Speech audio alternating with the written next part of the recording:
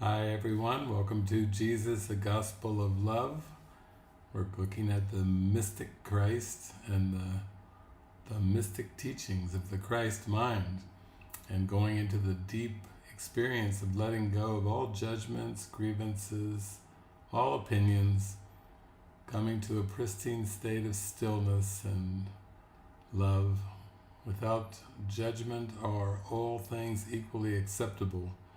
It's coming to that Christ mind that was shared by Jesus when he said, "Judge not, lest you be judged." So today's workbook lesson from his Course in Miracles workbook goes completely with that thought. Judge not, lest you be judged. It's lesson 16. I have no neutral thoughts. The idea for today is a beginning step in dispelling the belief that your thoughts have no effect. Everything you see is the result of your thoughts. There is no exception to this fact. Thoughts are not big or little, powerful or weak. They are merely true or false. Those that are true create in their own likeness. Those that are false make theirs. There is no more self-contradictory concept than that of idle thoughts. What gives rise to the perception of a whole world can hardly be called idle.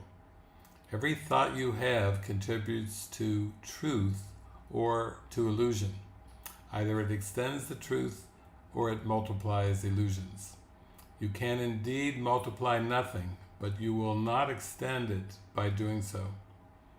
Besides your recognizing that thoughts are never idle, salvation requires that you also recognize that every thought you have brings either peace or war, either love or fear. A neutral result is impossible because a neutral thought is impossible. There is such a temptation to dismiss fear thoughts as unimportant, trivial, and not worth bothering about, that it is essential you recognize them all as equally destructive, but equally unreal. We will practice this idea in many forms before you really understand it. In applying the idea for today, search your mind for a minute or so with eyes closed and actively seek not to overlook any little thought that may tend to elude the search. This is quite difficult until you get used to it. You will find that it is still hard for you not to make artificial distinctions. Every thought that occurs to you, regardless of the qualities that you assign to it, is a suitable subject for applying today's idea. In the practice periods, first repeat the idea to yourself, and then as each one crosses your mind, hold it in awareness while you tell yourself, this thought about fill in the blank is not a neutral thought. That thought about fill in the blank is not a neutral thought. As usual, use today's idea whenever you are aware of a particular thought that arouses uneasiness. The following form is suggested for this purpose. This thought about fill in the blank is not a neutral thought because I have no neutral thoughts. 4 or 5 practice periods are recommended if you find them relatively effortless. If strain is experienced, 3 will be enough. The length of the exercise period should also be reduced if there is discomfort. I have no neutral thoughts. Everything I see is the result of my thoughts. There is no exception to this. Thoughts are not big or little, powerful or weak. They are merely true or false. I have no neutral thoughts. They are merely true or false. Those that are true create in their own likeness. Those that are false make theirs. Beautiful. Powerful. And then to support our mind training lesson today, we will go to the Manual for Teachers, number 15. Is each one to be judged in the end? Indeed, yes. No one can escape God's final judgment. Who could flee forever from the truth? But the final judgment will not come until it is no longer associated with fear. One day each one will welcome it, and on that very day it will be given him. He will hear his sinlessness proclaimed around and around the world, setting it free as God's final judgment on him is received. This is the judgment in which the salvation lies. This is the judgment that will set him free. This is the judgment in which all things are freed with him. Time pauses as eternity comes near, and silence lies across the world that everyone may hear this judgment of the Son of God. Holy are you, eternal, free and whole, at peace forever in the heart of God. Where is the world, and where is sorrow now? Is this your judgment on yourself, teacher of God? Do you believe that this is wholly true? No, not yet, not yet. But this is still your goal, why you are here. It is your function to prepare yourself to hear this judgment and to recognize that it is true. Yeah, there it is. And 16, how should the teacher of God spend his day? To the advanced teacher of God, this question is meaningless. There is no program, for the lessons change each day. Yet the teacher of God is sure of but one thing: they do not change at random. Seeing this and understanding that this is true, he rests content. He will be told all that his role should be this day and every day. And those who share that role with him will find him so they can learn the lessons for the day together. Not one is absent whom he needs. Not one is sent without a learning goal already set, and one which can be learned that very day. For the advanced teacher of God, then, this question is superfluous. It has been asked and answered, and he keeps in constant contact with the answer. He is set and sees the road on which he walks stretched surely and smoothly before him. But what about those who have not reached his certainty?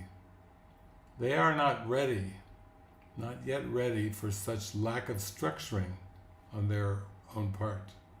What must they do to learn to give the day to God? There are some general rules which do apply, although each one must use them as best he can in his own way. Routines as such are dangerous because they easily become gods in their own right, threatening the goals, the very goals for which they were set up. Broadly speaking, then, it can be said that it is well to start the day right. It is always possible to begin again should the day begin with error, yet there are obvious advantages in terms of saving time. At the beginning, it is wise to think in terms of time. This is by no means the ultimate criteria, but at the outset, it is probably the simplest to observe. The saving of time is an essential early emphasis which, although it remains important throughout the learning process, becomes less and less emphasized. At the outset, we can safely say that time devoted to starting the day right does indeed save time. How much time should be spent? This must depend on the teacher of God himself. He cannot claim that title until he has gone through the workbook, since we are learning within the framework of our course. After completion of the more structured practice periods, which the workbook contains, individual need becomes the chief consideration. This course is always practical. It may be that the teacher of God is not in a situation that fosters quiet thought as he awakes. If this is so, let him but remember that he chooses to spend time with God as soon as possible, and let him do so. Duration is not the major concern. One can easily sit still an hour with closed eyes and accomplish nothing. One can as easily give God only an instant, and in that instant join with him completely. Perhaps the one generalization that can be made is this: as soon as possible after waking, take your quiet time, continuing a moment or two after you begin to find it difficult. You might find that the difficulty will diminish and drop away. If not, that is time to stop. The same procedures should be followed at night. Perhaps your quiet time should be fairly early in the evening, if it is not feasible for you to take it just before going to sleep. It is not wise to lie down for it. It is better to sit up in whatever position you prefer. Having gone through the workbook, you must have come to some conclusions in this respect. If possible, however, just before going to sleep is a desirable time to devote to God. It sets your mind into a pattern of rest and orients you away from fear. If it is expedient to spend this time earlier, at least be sure that you do not forget a brief period, not more than a moment will do, in which you close your eyes and think of God. There is one thought in particular that should be remembered throughout the day. It is a thought of pure joy, a thought of peace, a thought of limitless release. Limitless because all things are freed within it. You think you made a place of safety for yourself. You think you made a power that can save you from all the fearful things you see in dreams. It is not so. Your safety lies not there. What you give up is merely the illusion of protecting illusions. And it is this you fear, and only this. How foolish to be so afraid of nothing, nothing at all. Your defenses will not work, but you are not in danger. You have no need of them. Recognize this and they will disappear, and only then will you accept your real protection. How simply and how easily does time slip by for the teacher of God who has accepted his protection. All that he did before in the name of safety no longer interests him, for he is safe and knows it to be so. He has a guide who will not fail. He need make no distinctions among the problems he perceives, for he to whom he turns with all of them recognizes no order of difficulty in resolving them. He is as safe in the present as he was before illusions were accepted into his mind, and as he will be when he has let them go. There is no difference in his state at different times and different places, because they are all one to God. This is his safety, and he has no need for more than this. Yet there will be temptations along the way the teacher of God has yet to travel, and he has need of reminding himself throughout the day of his protection. How can he do this, particularly during the time when his mind is occupied with external things? He can but try, and his success depends on his conviction that he will succeed. He must be sure success is not of him, but will be given him at any time, in any place and circumstance he calls for it. There are times his certainty will waver, and the instant this occurs, he will return to earlier attempts to place reliance on himself alone. Forget not, this is magic, and magic is a sorry substitute for true assistance. It is not good enough for God's teacher because it is not enough for God's son. The avoidance of magic is the avoidance of temptation. For all temptation is nothing more than the attempt to substitute another will for God's. These attempts may indeed seem frightening, but they are merely pathetic.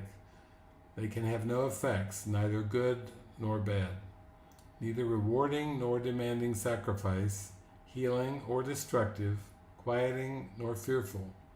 When all magic is recognized as merely nothing, the teacher of God has reached the most advanced state. All intermediate lessons will but lead to this, and bring his goal nearer to recognition. For magic of any kind, in all its forms, simply does nothing. Its powerlessness is the reason it can be so easily escaped. What has no effects can hardly terrify. There is no substitute for the will of God. In simple statement, it is to this fact that the teacher of God devotes his day. Each substitute he may accept as real can but deceive him. But he is safe from all deception if he so decides. Perhaps he needs to remember, God is with me, I cannot be deceived. Perhaps he prefers other words, or only one, or none at all. Yet each temptation to accept magic as true must be abandoned through his recognition that not that it is fearful, not that it is sinful, not that it is dangerous, but merely that it is meaningless. Rooted in sacrifice and separation, two aspects of one error and no more, he merely chooses to give up all that he never had, and for this sacrifice is heaven restored to his awareness. Is not this exchange an exchange that you would want? The world would gladly make it if it knew it could be made. It is God's teachers who must teach it that it can. And so it is their function to make sure that they have learned it. No risk is possible throughout the day except to put your trust in magic, for it is only this that leads to pain. There is no will but God's. His teachers know that this is so, and have learned that everything but this is magic. All belief in magic is maintained by just one simple-minded illusion, that it works.